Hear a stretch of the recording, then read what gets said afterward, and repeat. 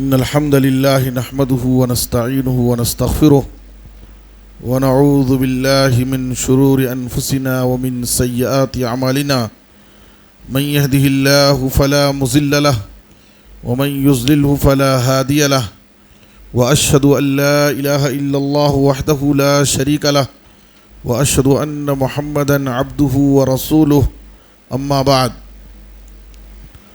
فأعوذ بالله من الشيطان الرجيم بسم الله الرحمن الرحيم وآت ذا القربى حقه والمسكين۔ محترم علماء کرام، مصلیان کرام، بزرگوں، دینی و ملی بھائیوں، خواتین اسلام، عزیز بچوں، آج کی اس اجتماع میں مجھے آپ حضرات کے سامنے صلہ رحمی، اسلام میں رشتوں کی کیا اہمیت ہے اور رشتہ داری کو نبھانا کتنی بڑی نیکی کا کام ہے، رشتہ داروں کے حقوق ہم پر کیا ہیں اور اصل حقیقی رشتہ داری نبھانا کسے کہتے ہیں اور رشتوں کو کاٹنا اسلام میں اس کی کیا وعیدیں ہیں، مذمتیں کیا ہیں،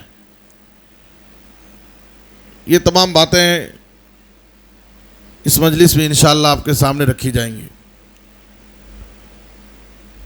قرآن مجید میں اللہ تعالیٰ نے رشتہ داری کو نبھانے، رشتوں کو جوڑنے، رشتہ داروں کا حق ادا کرنے کا بڑا تاکیدی حکم دیا ہے کئی آیتوں میں۔ سورہ نساء کی آیت نمبر 36 میں اللہ تعالیٰ نے ایک آیت میں 10 حقوق ذکر کیے ہیں۔ سورہ نساء کی آیت نمبر 36 میں ایک ہی آیت میں اللہ تعالیٰ نے 10 حقوق ذکر کیے ہیں۔ ان 10 حقوق میں تیسرا حق رشتہ داروں کا حق ہے۔ اللہ تعالیٰ نے فرمایا وَاعْبُدُوا اللَّهَ وَلَا تُشْرِكُوا بِهِ شَيْئًا وَبِالْوَالِدَيْنِ إِحْسَانًا وَبِذِي الْقُرْبَى، تم اللہ کی عبادت کرو اور اللہ کے ساتھ کسی کو شریک نہ کرو، یہ اللہ کا حق ہے ہم پر۔ اللہ نے اپنے حق کے بعد دوسرے نمبر پر بندوں کے بہت سارے حقوق ذکر کیے ہیں، اور بندوں کے حقوق میں اللہ کے حق کے بعد سب سے بڑا حق اگر کسی کا ہے تو ہمارے ماں باپ کا حق ہے۔ اس لیے اللہ تعالیٰ نے دوسرے نمبر پر کہا وَبِالْوَالِدَيْنِ إِحْسَانًا، تم اپنے ماں باپ کے ساتھ حسن سلوک کرو۔ ماں باپ کے حق کے بعد تیسرے نمبر پر اللہ تعالیٰ نے جس حق کا ذکر کیا ہے وہ بِذِي الْقُرْبَى، اور رشتہ داروں کا حق ادا کرو۔ اس سے اس کی اہمیت معلوم ہوتی ہے کہ ہمارے اوپر جہاں بہت سارے حقوق ہیں جن کی ادائیگی ہم پر ضروری ہے آخرت کی کامیابی کے لیے، جنت حاصل کرنے کے لیے، رب کو راضی کرنے کے لیے، وہیں ہم پر ہمارے رشتہ داروں کا بھی حق ہے اور یہ حق ادا کرنا ہم پر ضروری ہے، رشتہ داری کو نبھانا چاہیے۔ اسی طریقے سے اللہ تعالیٰ نے سورہ نحل کی آیت نمبر 90 میں ذکر کیا۔ سورہ نحل کی آیت نمبر 90 میں اللہ نے 3 باتوں کا حکم دیا ہے اور 3 باتوں سے منع کیا ہے۔ ان اللہ یأمر بالعدل والاحسان وایتاء ذی القربى، اللہ تعالیٰ حکم دے رہا ہے، ان اللہ یأمر، بے شک اللہ تعالیٰ حکم دے رہا ہے بالعدل، عدل و انصاف کا، ہر ایک کے ساتھ انصاف کا معاملہ کرو۔ یہ سب اسلام کی بہترین تعلیمات ہیں. ہمیں ان تعلیمات کو غور و فکر کرنا، ہمیں ان تعلیمات پر غور کرنا ہے اور سنجیدگی سے اس کو سمجھنے کی ضرورت ہے. اللہ تعالیٰ ہمیں انصاف کا حکم دے رہا، ہر ایک کے ساتھ انصاف. آپ کو معلوم ہونا چاہیے کہ اس روئے زمین پر سب سے بڑا انصاف کیا ہے؟ سب سے بڑا انصاف کیا ہے؟ بولیے. سب سے بڑا انصاف توحید ہے، اور سب سے بڑا ظلم شرک ہے. ان الشرک لظلم عظیم. سب سے بڑا انصاف توحید ہے. وہ اللہ جو تنہا ہمارا خالق مالک رازق ہے، وہی اس لائق ہے، اس کا حق ہے کہ ہم تنہا اس کی عبادت کریں. یہ انصاف کی بات ہے. ظلم کیا ہے؟ کہ اللہ ہمیں تنہا پیدا کیا، ہمارا خالق، ہمارا مالک، ہمارا رازق، ہمارا سب کچھ اللہ ہے، لیکن جب ہم عبادت کریں تو اللہ کی عبادت میں دوسروں کو شریک کریں تو یہ کیا ہے؟ یہ ظلم ہو جاتا ہے. تو سب سے بڑا انصاف توحید ہے. ہم اللہ کے ساتھ انصاف کریں اور اس کے بعد اللہ کے بندوں کے ساتھ انصاف کریں، مخلوق کے ساتھ، اپنے ماتحتوں کے ساتھ، اپنے خادموں کے ساتھ، اپنی اولاد کے ساتھ، ہر ایک کے ساتھ اللہ تعالیٰ انصاف کا حکم دیتا. ان اللہ یأمر بالعدل والاحسان، اور احسان کا حکم دیتا. احسان بھلائی کرنا، ہمدردی کرنا، لوگوں کے ساتھ بھلائی سے پیش آنا. اور تیسرے نمبر پر اللہ نے جس چیز کا حکم دیا ہے وَإِيتَاءِ ذِي الْقُرْبَى، اور رشتہ داروں کا حق ادا کرنے کا اللہ تعالیٰ اس آیت میں حکم دے رہا ہے. معلوم کیا ہوا کہ رشتہ داری کو نبھانا، رشتہ داروں کا حق ادا کرنا، قرآن میں اللہ تعالیٰ نے اس کا تاکیدی حکم دیا ہے. عام طور پر ہم کیا سمجھتے ہیں؟ رشتہ داری کو ایک دنیا داری سمجھتے ہیں. رشتہ داری یہ دنیا داری، رشتہ داروں کے ہاں آنا جانا، ان کی خوشی اور غمی میں شریک ہونا، ان سے تعلقات کو جوڑنا، مضبوط کرنا، ان کے پاس آنا جانا. رشتہ داری کو عام طور پر لوگوں کے تصور میں کیا ہے کہ یہ دنیا داری. آج کے اس درس میں آپ حضرات کے سامنے اس بات کی طرف آپ کی توجہ کرانا چاہتا ہوں کہ رشتہ داری یہ دنیا داری نہیں ہے. رشتہ داری ایک بہت بڑی نیکی، رشتہ داری یہ جنت میں لے جانے والا عمل، رشتہ داری یہ ہمارے گناہوں کی مغفرت کا ذریعہ، رب کے تقرب کا ایک بڑا اہم ذریعہ. رشتہ داری کو ہم جوڑ کر کے، رشتہ داری کو نبھا کر کے ہم بہت سارے خیر اور بھلائی کو حاصل کر سکتے ہیں. شریعت میں اس کا تاکیدی حکم ہے. سورہ اسراء کی آیت نمبر 26 میں اللہ نے فرمایا وَآتِ ذَا الْقُرْبَى حَقَّهُ، رشتہ داروں کو ان کا حق دے دو. کہ ان کا حق ہے ہمارے اوپر، ہمارے رشتہ داروں کا ہم پر حق ہے. اللہ ہمیں حکم دے رہا ہے وَآتِ ذَا الْقُرْبَى حَقَّهُ، رشتہ داروں کو ان کا حق دے دو. یہ 3 آیتیں میں نے آپ کے سامنے پیش کی.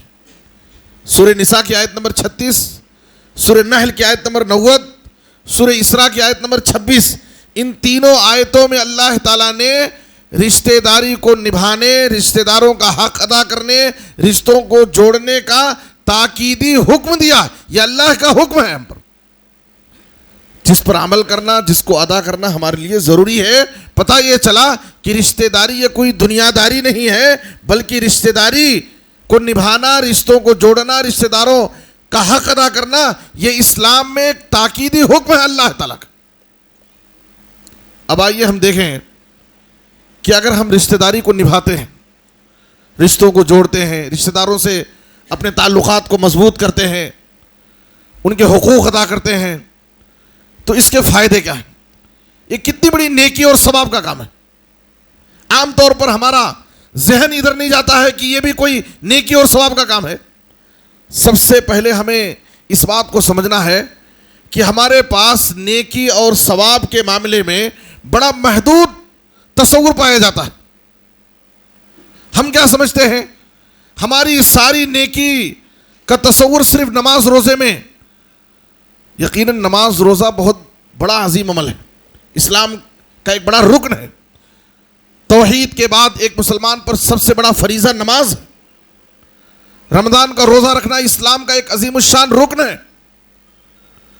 لیکن ہمیں اور آپ کو یہ سمجھنا ہے کہ ساری دینداری اور سارا دین، سارا اسلام، ساری اسلام کی تعلیمات صرف نماز روزے میں نہیں رکھی ہیں، ساری نیکی صرف نماز میں نہیں رکھی ہے۔ نیکی اور بھلائی کے بہت سارے کام ہیں جنہیں ہمیں ادا کرنا ہے، جن پر عمل کرنا ہے۔ تو رشتہ داری کو نبھانا، رشتوں کو جوڑنا، یہ کتنا عظیم الشان عمل ہے، کتنی بڑی نیکی ہے۔ آئیے ہم دیکھیں چند نکات میں۔ سب سے پہلی چیز یہ ہے کہ یہ ہمارے ایمان کا تقاضا ہے۔ رشتہ داری کو نبھانا یہ ہمارے ایمان کا تقاضا ہے، اور یہ ایک مثالی مسلمان، ایک مثالی مومن کی پہچان ہے۔ یہ ہماری ایمان کا تقاضا ہے۔ اگر ہم مومن ہیں، اللہ پر، آخرت کے دن پر ہمارا ایمان ہے، تو ہمیں رشتہ داری کو نبھانا چاہیے، رشتہ داروں سے ہمارا تعلق مضبوط ہونا چاہیے۔ صحیح بخاری اور صحیح مسلم کی حدیث ہے، جناب محمد الرسول اللہ صلی اللہ علیہ وسلم نے فرمایا، من کان یؤمن باللہ والیوم الآخر فلیصل رحمہ، من کان یؤمن باللہ والیوم الآخر فلیصل رحمہ۔ جو شخص اللہ اور آخرت کے دن پر ایمان رکھتا ہے۔ دیکھیے نبی صلی اللہ علیہ وسلم حوالہ کیسا دے رہے ہیں۔ اگر تمہیں اللہ پر اور آخرت کے دن پر ایمان ہے، تم اس بات پر یقین رکھتے ہو کہ ایک دن تمہیں مرنا ہے، مرنے کے بعد تمہیں اللہ کے سامنے حاضر ہونا ہے، اللہ تم سے حساب و کتاب لے گا، جنت اور جہنم پر حق ہے، اگر تمہیں اس بات پر یقین ہے تو تمہیں یہ نیکی کرنا چاہیے۔ کیا کرنا چاہیے؟ فَلْيَصِلْ رَحِمَهُ۔ جو شخص اللہ اور آخرت کے دن پر ایمان رکھتا ہے، اس کو چاہیے کہ وہ رشتوں کو جوڑے۔ یہ ایمان کا تقاضا ہے، یہ ایک مومن کی نشانی ہے، ایک سچے مسلمان کی یہ پہچان ہے کہ وہ رشتوں کو جوڑتا ہے، رشتہ داری کو نبھاتا ہے، رشتہ داروں سے اپنے تعلقات کو مضبوط کرتا ہے۔ یہ کوئی عام بات نہیں ہے، یہ ہمارے ایمان کا تقاضا ہے، یہ ہمارے ایمان سے جڑا ہوا مسئلہ۔ اور رشتہ داری کو نبھانا یہ کتنی بڑی نیکی ہے، یہ ہمارے گناہوں کی مغفرت کا ذریعہ ہے۔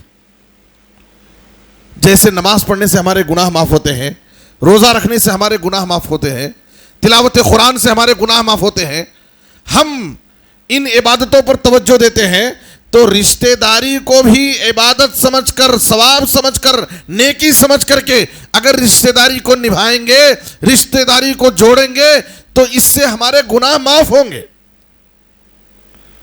سنن ترمذی کی ایک حدیث ہے، جناب محمد رسول اللہ صلی اللہ علیہ وسلم کی خدمت میں ایک شخص آیا، اس نے کہا، اللہ کے رسول، انی اصبت ذنبا عظیما فہل لی من توبہ، مجھ سے ایک بڑا گناہ ہو گیا ہے، کیا میرے اس گناہ کے لیے کوئی توبہ ہے؟ کیا میرا یہ گناہ معاف ہو سکتا ہے؟ مجھ سے ایک بڑا گناہ ہو گیا، اس گناہ کی معافی کا طریقہ میں جاننا چاہتا ہوں، کیسے میرا گناہ معاف ہوگا؟ نبی صلی اللہ علیہ وسلم نے اس کو بہت بڑی بڑی عبادت اس کے سامنے نہیں پیش کی۔ آپ صلی اللہ علیہ وسلم نے اس کے گناہ کی معافی کے لیے آپ نے اس سے کہا، ہل لک من کیا تمہاری ماں زندہ ہے؟ تو اس نے کہا، لا، نہیں، میری ماں کا انتقال ہو گیا۔ اس کے بعد نبی صلی اللہ علیہ وسلم نے دوسرا سوال کیا، ہل لک من خالہ، کیا تمہاری خالہ زندہ ہے؟ اس نے کہا کہ ہاں، خالہ زندہ ہے۔ نبی صلی اللہ علیہ وسلم نے کہا، فبرھا، اپنی خالہ کے ساتھ اچھا سلوک کرو، اپنی خالہ کے ساتھ اچھا سلوک کرو۔ تمہارے خالہ کے ساتھ اچھا سلوک کرنے کی وجہ سے اللہ تعالیٰ تمہارے گناہ کی مغفرت کر دے گا۔ خالہ کے ساتھ حسن سلوک کرنے سے اگر ہمارے گناہ کی معافی ہو سکتی ہے، اگر ہم اپنے ماں باپ کے ساتھ حسن سلوک کریں گے تو ہمارے گناہ کتنے معاف ہوں گے۔ معلوم کیا ہوا کہ رشتہ داری کو جوڑنا، رشتہ داروں کے ساتھ اچھا سلوک کرنا، رشتہ داروں کا حق ادا کرنا، یہ اتنی بڑی نیکی اور ثواب کا کام ہے کہ اس کے ذریعے اللہ تعالی ہمارے گناہ معاف کرتا ہے، ہمارے گناہوں کی مغفرت کا ایک ذریعہ ہے۔ اور صرف گناہوں کی مغفرت کا ذریعہ نہیں ہے، بلکہ یہ دخول جنت کا ذریعہ ہے، جنت میں لے جانے والا عمل۔ ہم کیا سمجھتے ہیں کہ صرف نماز روزے کے ذریعے جنت ملے گی؟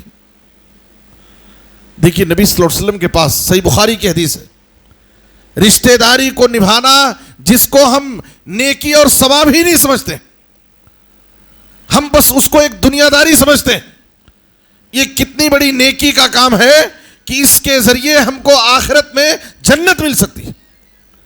صحیح بخاری کی حدیث میں نبی صلی اللہ علیہ وسلم کے پاس ایک صحابی آئے، کیا سوال کیا؟ اخبرنی بعمل یدخلنی الجنہ، اے اللہ کے رسول مجھے ایسا عمل بتائیے جس عمل کو کرنے سے مجھے جنت مل جائے، میں جنت میں داخل ہو جاؤں۔ یہ صحابہ کرام کے سوالات تھے۔ ہمیشہ جنت حاصل کرنے کا اشتیاق، جنت حاصل کرنے کا شوق اور جذبہ صحابہ کرام کے دل میں ہوتا تھا، کیسے آخرت میں مجھے کامیابی مل جائے، آخرت میں کیسے میں جنت کا حقدار ہو جاؤں، ہمیشہ اسی فکر میں رہتے تھے۔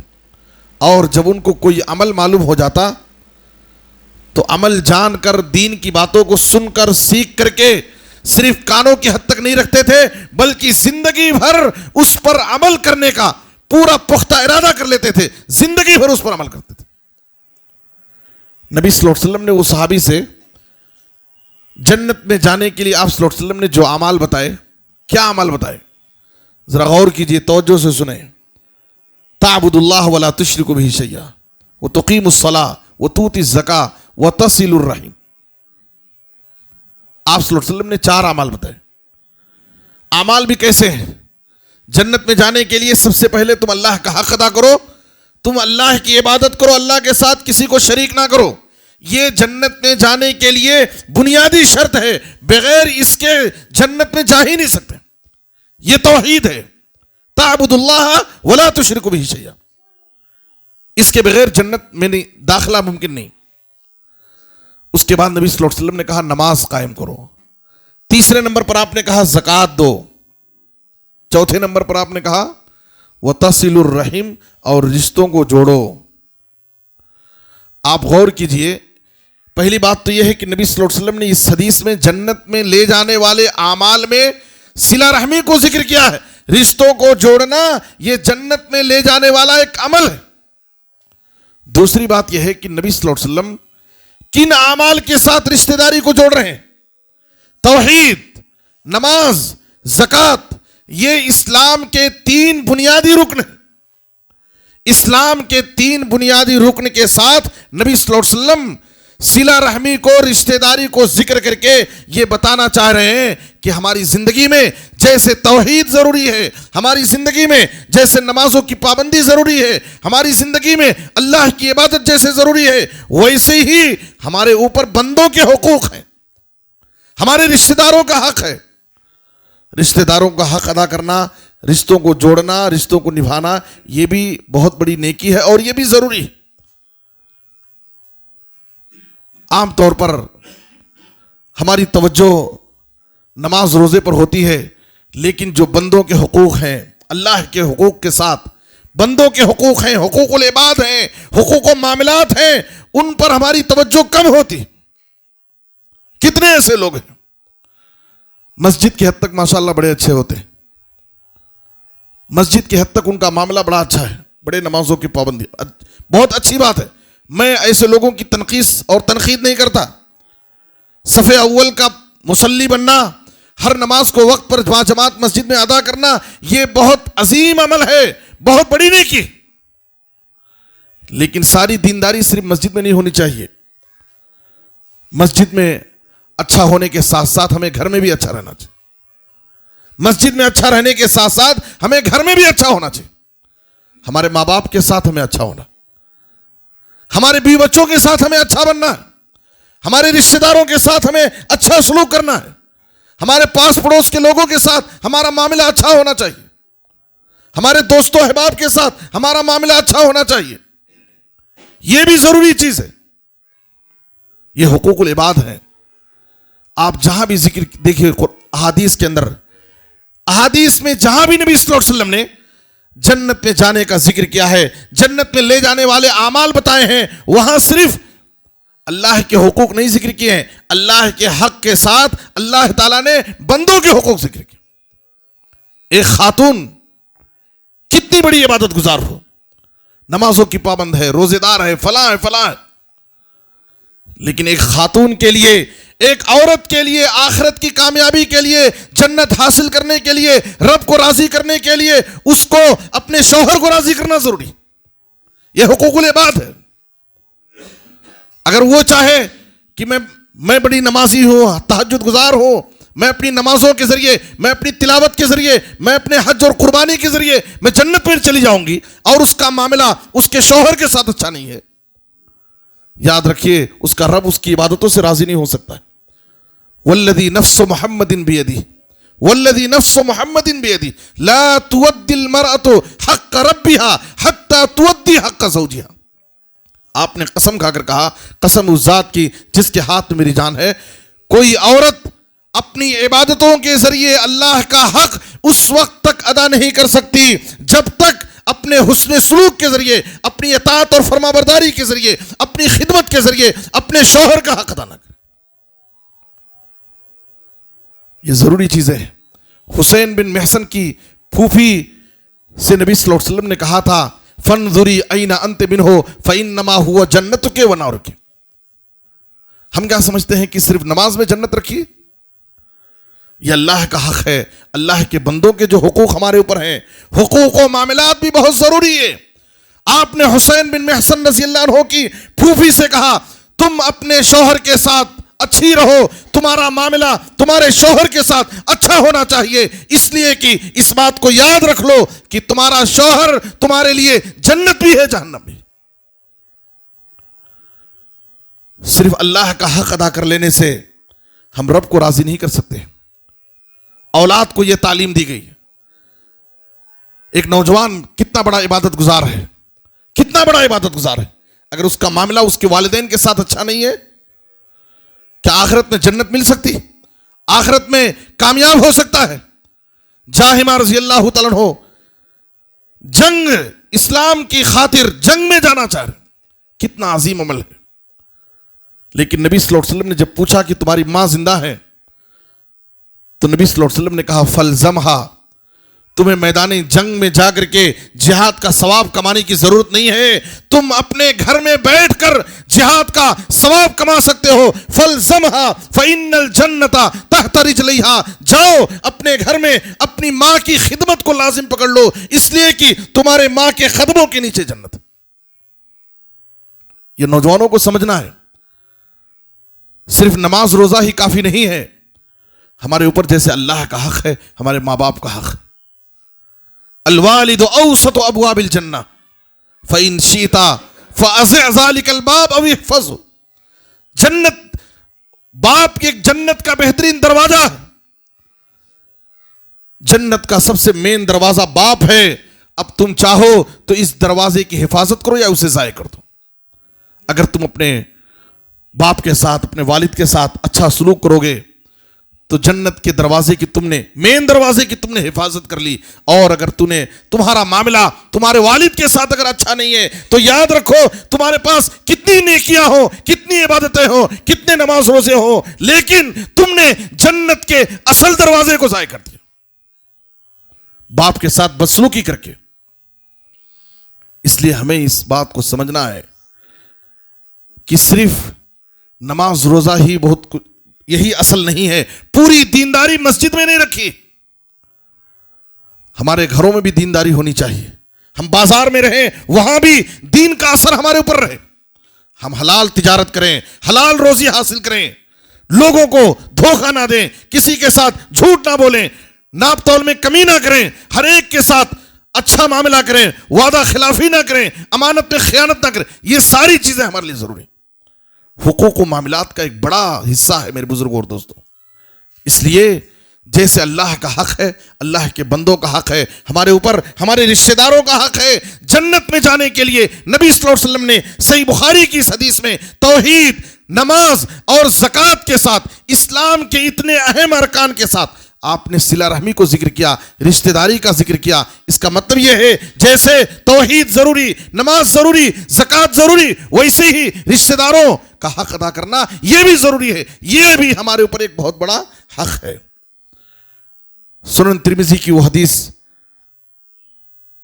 عبداللہ بن سلام کہتے ہیں جب مکہ سے نبی صلی اللہ علیہ وسلم ہجرت کر کے گئے، سارا مدینہ آپ کے استقبال میں امٹ پڑا، سارے لوگ آپ کے پاس آ رہے ہیں، آپ سے ملاقات کر رہے ہیں۔ عبداللہ بن سلام کہتے ہیں کہ میں بھی نبی صلی اللہ علیہ وسلم کے ملاقات کے لیے آپ کے پاس گیا۔ آپ صلی اللہ علیہ وسلم صحابہ کے ساتھ ایسی ہی مجلس میں بیٹھے تھے۔ دور سے جب میری نظر آپ کے چہرے پر پڑی تو میرے دل نے یہ گواہی دی کہ اللہ کی قسم یہ کسی جھوٹے نبی کا چہرہ نہیں ہو سکتا، اللہ کی قسم یہ کسی جھوٹے نبی کا چہرہ نہیں ہو سکتا۔ نبی صلی اللہ علیہ وسلم ایک سچے نبی ہیں۔ کہتے ہیں کہ میں نے نبی صلی اللہ علیہ وسلم سے پہلی نصیحت جو میں نے سنی، آپ صحابہ کرام کو مدینہ آنے کے بعد صحابہ کو نصیحت کر رہے تھے، یا ایھا الناس افشوا السلام واطعموا الطعام وصلوا الارحام وصلوا باللیل والناس نیام تدخلوا الجنۃ بسلام۔ دیکھیے جنت میں جانے کے لیے آپ نے کیا اعمال بتائے۔ اے لوگو، سلام کو عام کرو، سلام کو پھیلاؤ، جس کو تم پہچانتے ہو، جسے نہیں پہچانتے، ہر ایک سے سلام کرو، ہر مسلمان بھائی سے سلام کرو۔ یہ ایک محبت کا پیغام ہے۔ سب سے بڑا بخیل ہے وہ انسان جو سلام میں بخیلی کرتا ہے، اور سب سے زیادہ اللہ کے نزدیک مقرب ہے وہ انسان، معزز ہے وہ انسان جو کسی مسلمان بھائی سے سلام میں پہل کرتا ہے۔ آپ نے کہا بھوکوں کو کھانا کھلاؤ، رشتوں کو جوڑو، اور رات میں جس وقت لوگ سو رہے ہوں تہجد کی نماز پڑھو۔ 4 اعمال آپ نے ذکر کیے۔ کیسے اعمال ہیں؟ کیا سارے اعمال مسجد سے تعلق رکھتے ہیں؟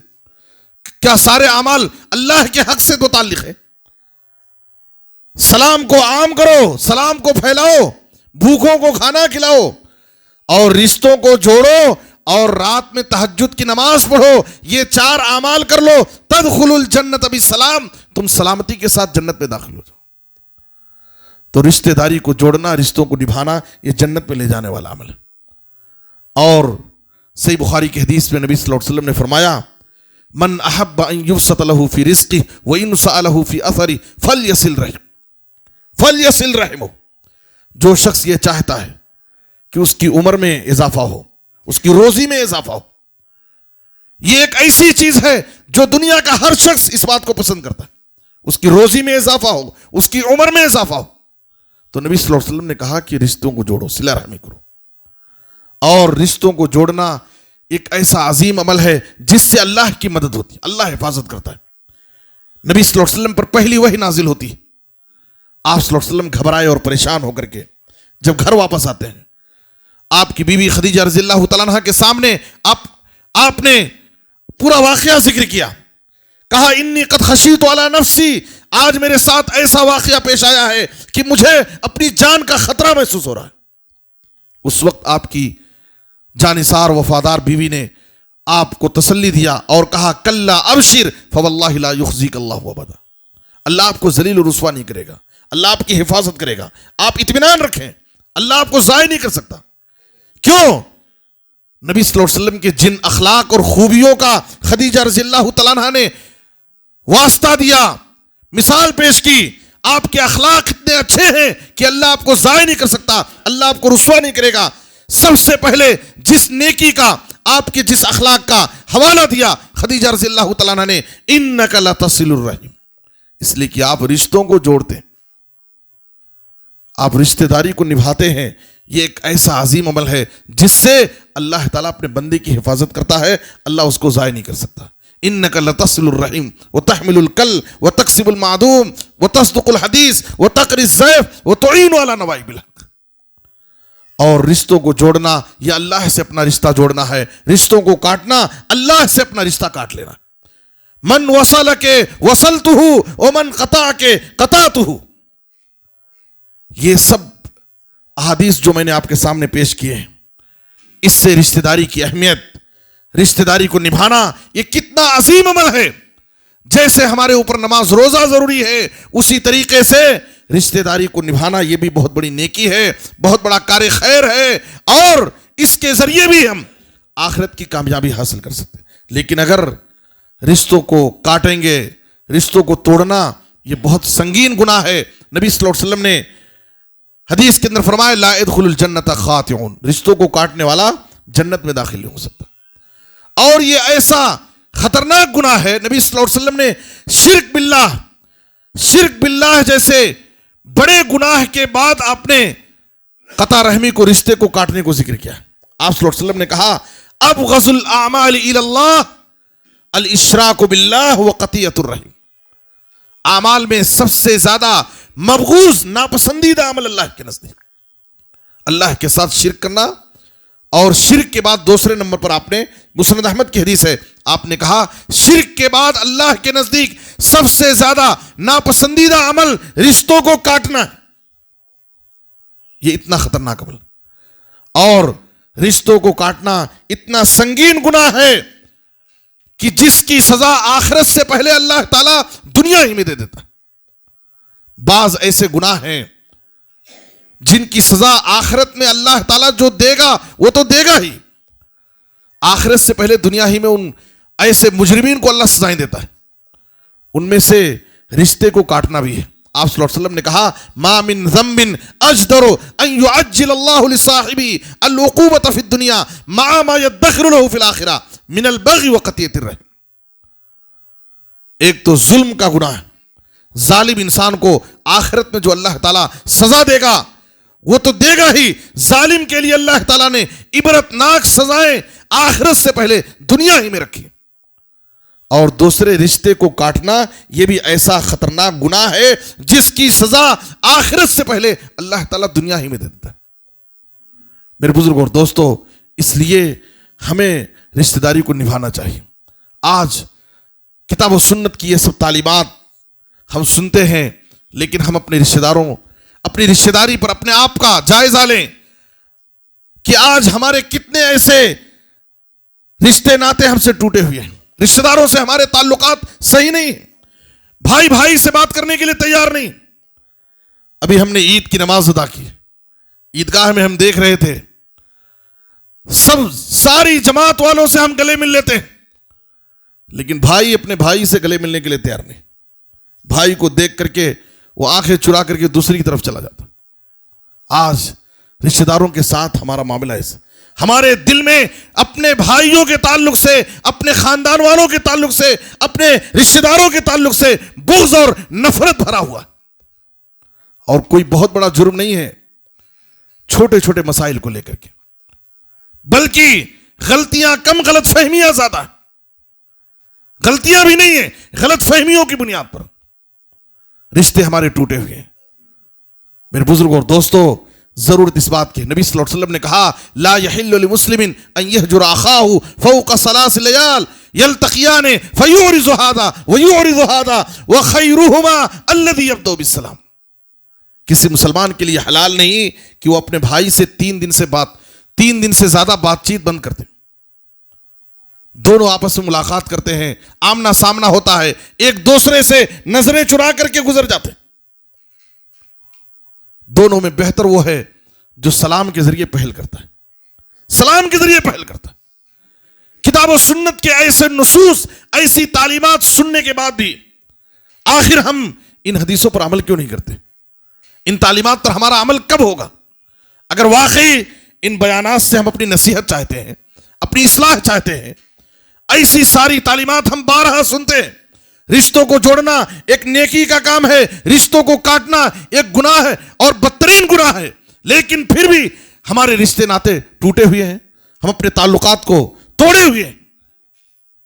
آپ صلی اللہ علیہ وسلم نے کہا، ابو داؤد کی حدیث ہے من حجر اخاہ سنتا فہو کسف کی دمی. اگر کوئی شخص اپنے کسی بھائی سے 1 سال تک بات چیت بند کر دیتا ہے، کتنا بڑا گناہ ہے. فہو کسفک دم، اس کا خون بہانے کی طرح یہ گناہ. کسی کا مرڈر کرنا، اس کو قتل کر دینا کتنا خطرناک گناہ ہے، کتنا بڑا گناہ ہے. نبی صلی اللہ علیہ وسلم فرما رہے ہیں 1 سال تک اگر کسی مسلمان بھائی سے ہم نے بات چیت بند کر دی ہے، یہ اتنا خطرناک گناہ. سال ہا سال گزر جاتے ہیں، سال ہا سال گزر جا رہے ہیں، لیکن ہمارے بھائی بہنوں سے ہمارے تعلقات خراب ہیں. میرے بزرگ اور دوستو، اگر واقعی قرآن اور حدیث پر عمل کرنے کا ہمارا دعویٰ ہے، اگر واقعی اللہ اور اس کے رسول سے ہمیں محبت ہے، اگر واقعی اللہ پر اور آخرت کے دن پر ہمارا ایمان ہے، تو کتاب و سنت کی ان تعلیمات کو سننے کے بعد ہمیں اپنے تعلقات کو مضبوط کرنا، ہمیں اپنے رشتے ناطے جو ہم سے خراب ہیں، ٹوٹے ہوئے ہیں، ان کو جوڑنے کی کوشش کرنا چاہیے. اور نبی صلی اللہ علیہ وسلم کی حدیث کے ہم اس مصداق بنے. وَخَيْرُهُمَا الَّذِي يَبْدَأُ بِالسَّلَامِ، بہتر انسان وہ ہے، افضل انسان وہ ہے جو سلام کے ذریعے پہل کرتا ہے، جو سلام کے ذریعے پہل کرتا ہے. آپ دیکھیے اتنی ساری فضیلتیں، جنت رشتہ داری کی وجہ سے آپ کو جنت مل جا رہی، رشتہ داری کی وجہ سے آپ کے گناہ معاف ہوں گے. جیسے یہ بہت بڑی نیکی کا کام ہے، ویسے رشتہ داری کو نبھانا، رشتوں کو جوڑنا ایک بڑا مشکل کام ہے، ایک بڑا مشکل کام ہے. ہمارے دل میں ایک داعیہ پیدا ہوتا ہے، جذبہ آتا ہے، ٹھیک ہے میں اپنے بھائی سے اپنا رشتہ جوڑوں گا.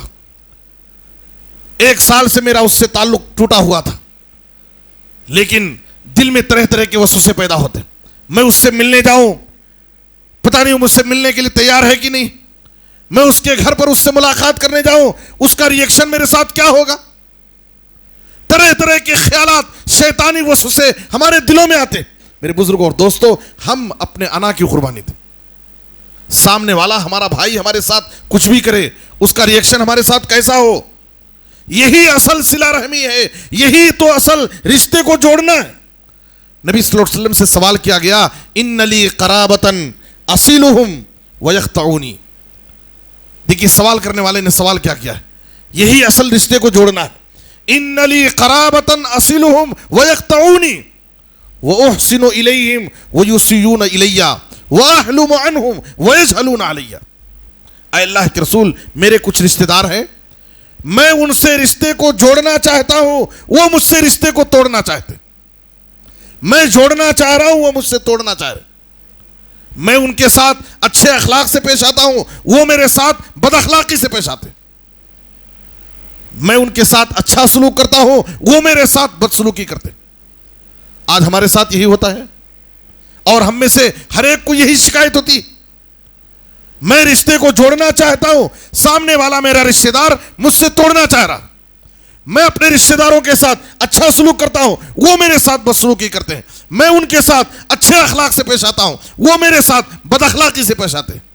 نبی صلی اللہ علیہ وسلم نے کہا یہی تو اصل رشتے کو جوڑنا، یہی اصل صلہ رحمی. لیس الواصل بالمکافی ولکن الواصل الذی اذا قطعت رحمہ وصلہ. رشتہ داری یہ نہیں ہے، رشتہ داری کو جوڑنا یہ نہیں ہے کہ آپ بدلے میں رشتہ داری نبھائیں. آپ کا رشتہ دار آپ کے ساتھ اچھا ہے، آپ بھی اس کے ساتھ اچھے ہیں. وہ آپ کو یاد کرتا ہے، آپ اس کو یاد کرتے ہیں. وہ آپ کو اپنی خوشی اور غمی میں بلاتا ہے، آپ بھی اس کو اپنی خوشی اور غمی میں بلا رہے ہیں. یہ تو بدلہ ہے. اصل رشتہ داری یہی ہے کہ وہ آپ سے تعلقات توڑ رہا ہے، آپ جوڑ رہے ہیں.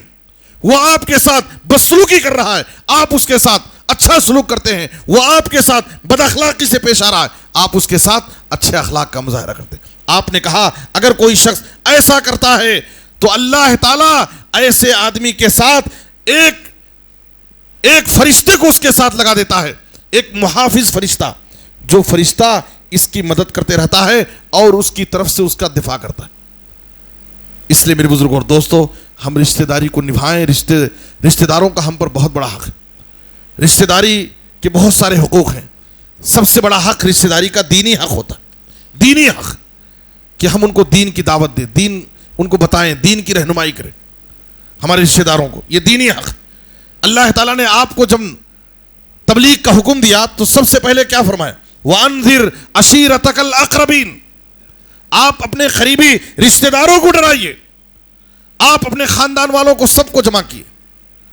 سب کو جمع کرنے کے بعد پہلے عمومی نصیحت کی، اس کے بعد ایک ایک کا نام لے کر کے، اے کعب بن لوئی کی اولاد، اے مرہ بن کعب کی اولاد، اے بنو ہاشم، اے بنو عبد المطلب، اے بنو عبد شمس، اے بنو نوفل، انقذوا انفسکم من النار فانی لا املک لکم من اللہ شیئا. تم اپنے آپ کو، تم سب میرے خاندان والے ہو، میں تمہیں نصیحت کر رہا ہوں اپنے آپ کو جہنم کی آگ سے بچانے کی فکر کر لو، اس لیے کہ میں تمہیں آخرت میں اللہ کے عذاب سے بچانے کا کوئی اختیار نہیں رکھتا. آپ نے اپنی بیٹی فاطمہ سے کہا، یا فاطمہ انقذی نفسک من النار فانی لا املک لک من اللہ شیئا. تو اپنے آپ کو جہنم کی آگ سے بچانے کی فکر کر لے، اس لیے کہ میں تجھے اللہ کے عذاب سے بچانے کا کوئی اختیار نہیں رکھتا. آپ نے ان کی دینی رہنمائی کی، انہیں اللہ کے عذاب سے ڈرایا. آخر میں آپ صلی اللہ علیہ وسلم نے اپنے خاندان والوں سے، اپنے رشتہ داروں سے کیا کہا؟ آخرت میں تمہارے کام نہیں آؤں گا. لیکن آپ نے فرمایا، صحیح مسلم کے الفاظ ہیں، غیر ان لکم رحیما سأبلھا ببلالی. ہاں تم میرے خاندان کے لوگ ہو، تمہاری مجھ سے رشتہ داری ہے، میں اس رشتہ داری کا حق دنیا میں ادا کروں گا. تم میرے رشتہ دار ہو، میرے خاندان کے لوگ ہو، میں اس رشتہ داری کا حق دنیا میں ادا کروں گا. رشتہ داری کا حق میں دنیا میں ادا کروں گا، لیکن اس رشتے ناتے کا فائدہ آخرت میں کچھ کام آنے والا نہیں. تمہارا عمل تمہارے ساتھ، میرا عمل میرے ساتھ. تو رشتہ داروں کا ہمارے اوپر بہت بڑا حق، دینی حق ہوتا ہے. ہم ان کی دینی رہنمائی کریں. ہم لوگوں کو نصیحت کرتے ہیں. ہمارے خاندانوں میں، ہمارے رشتہ داروں میں بہت سارے ایسے لوگ ہیں جو دین سے دور ہیں، مسجدوں سے دور ہیں، توحید سے دور ہیں، شرک و بدعات کی گندگیوں میں پڑے ہوئے ہیں. کبھی ہمیں توفیق نہیں ہوتی ہے کہ ہم ان کو توحید کی دعوت دیں، شرک سے ڈرائیں. میرے بزرگ اور دوست، کتنے ایسے لوگ ہیں یہ سوچ کر کے کہ ہمارا رشتہ دار مشرک ہے، بدعتی ہے، فلاں ہے فلاں ہے، اور یہ سوچ کر کے ان سے اپنے رشتے ناتے توڑ لیتے ہیں، ان سے دوریاں اختیار کر لیتے ہیں. جبکہ مشرک رشتہ داروں کے ساتھ، مشرک ماں باپ کے ساتھ بھی دنیا کی حد تک ان کے ساتھ رشتہ داری کو نبھانا، ان کے ساتھ اچھا سلوک کرنا، یہ ہماری ذمہ داری ہے. یہ ایک پسندیدہ عمل ہے. آپ صلی اللہ علیہ وسلم نے کہا، سلی امک. اسماء بنت ابی بکر رضی اللہ عنہا کی ماں جو مشرکہ تھیں، نبی صلی اللہ علیہ وسلم سے انہوں نے سوال کیا تو آپ نے کہا اپنی مشرکہ ماں کے ساتھ اچھا سلوک. بلکہ ایک بہانہ ہوتا ہے، اگر ہمارا رشتہ دار بدعتی ہے، فلاں ہے فلاں ہے، ایک بہانہ ہوتا ہے اس تک پہنچنے کا، اس کے گھر آنے اور جانے کا. ہم اس کے ہاں اس کی کاروائیوں میں آئیں اور جائیں، اس سے قریب ہوں. ہاں اگر کچھ منکرات ہیں، خلاف شرع، وہاں پر کوئی کام ہو رہا ہے، اس میں ہم شریک نہ ہو، لیکن کم سے کم اسی بہانے جہاں بھی ہم کو موقع ملے ہم ان کو توحید سمجھا سکتے ہیں، ہم ان کو شرک سے ڈرا سکتے ہیں، اپنی ذمہ داری ادا کر سکتے ہیں اور ایک حجت قائم کر سکتے ہیں. ہو سکتا ہے ہمارے دل کی نصیحت کی کوئی بات، ہمارے دل سے نکلی ہوئی کوئی اثر انگیز بات ان کے دل پر اثر کرے اور وہ توحید کی دعوت کو قبول کر لیں اور شرک اور بدعات کی گندگیوں سے وہ پاک ہو جائیں اور وہ جہنم سے بچنے کا ایک ذریعہ بن جائیں. تو یہ ہماری ذمہ داری. دنیوی اعتبار سے ہم ان کی مدد کریں، اگر وہ کمزور ہیں تو ہم ان کا مالی تعاون کریں، یہ بھی بہت بڑا حق ہے. آج کتنے ایسے لوگ ہیں ان کی سخاوت اور ان کی فیاضی دنیا والوں میں مشہور ہوتی ہے. باہر دوستوں میں، لوگوں میں بڑی بڑی سخاوت اور فیاضی خوب خرچ کرتے ہیں، لیکن خاندان میں، رشتہ داروں میں کتنے غریب کمزور لوگ ہوتے ہیں لیکن وہ ان کو نظر نہیں آتے، ان کو بھول جاتے ہیں. جبکہ رشتہ داروں میں غریب رشتہ داروں کو ان کی مدد کرنا، ان کا تعاون کرنا، یہ ڈبل صدقے کا کام ہے. آپ صلی اللہ علیہ وسلم نے کہا کہ الصدقۃ علی المسکین صدقۃ والصدقۃ علی ذی الرحم سنتان صدقۃ وصلۃ. غریب رشتہ دار کی مدد کرنا یہ صلہ رحمی بھی ہے اور صدقہ بھی ہے، ڈبل اجر و ثواب ملے گا. بلکہ آپ نے کہا ایسا رشتہ دار جو آپ سے تعلقات توڑ رہا ہے، آپ سے نفرت کرتا ہے، آپ سے اپنے دل میں دشمنی رکھتا ہے، نفرت کرنے والا رشتہ دار، اس کی مدد کرنا یہ اور افضل صدقہ ہے. آپ نے کہا افضل الصدقۃ علی ذی الرحم الکاشف. ضرورت اس بات کی ہے کہ ہم نیکی اور ثواب کا جو ہمارے پاس پیمانہ ہے، نیکی اور ثواب کا جو ہمارے پاس تصور ہے، ہم اس تصور کو وسیع کریں. نیکی صرف مسجد میں نہیں ہے، نیکی صرف نماز روزے میں نہیں ہے، بلکہ نیکی اور ثواب کا ایک بڑا وسیع تصور ہے اسلام میں. اللہ کا بھی حق ہمارے اوپر ہے، بندوں کا حق بھی ہمارے اوپر ہے. ضروری ہے کہ ہم اللہ کا بھی حق ادا کریں، بندوں کا بھی حق ادا کریں، اور رشتوں کو نبھانے کی کوشش کریں، رشتہ داروں کے ساتھ اچھا سلوک کریں، ان کے حقوق ادا کریں، یہ بھی ایک بہت بڑی نیکی ہے۔ اور اگر ہمارے رشتہ داروں سے ہمارے تعلقات خراب ہیں تو ہم اس بات کی کوشش کریں کہ نبی صلی اللہ علیہ وسلم کی حدیث وَخَيْرُهُمَا الَّذِي يَبْدَأُ بِالسَّلَامِ، سب سے بہتر انسان وہ ہے جو سلام کے ذریعے پہل کر کے اپنے رشتے کو مضبوط کرنے کی کوشش کرتا ہے، جوڑنے کی کوشش کرتا ہے۔ اللہ تعالیٰ ہم سب کو ان باتوں پر عمل کرنے کی توفیق عطا فرمائے۔ اللہ تعالیٰ کتاب و سنت کی باتیں سننے، سمجھنے اور اس پر عمل کرنے کی اللہ ہم سب کو توفیق دے۔ آمین۔ وصلی اللہ علی نبینا محمد وآلہ وصحبہ اجمعین۔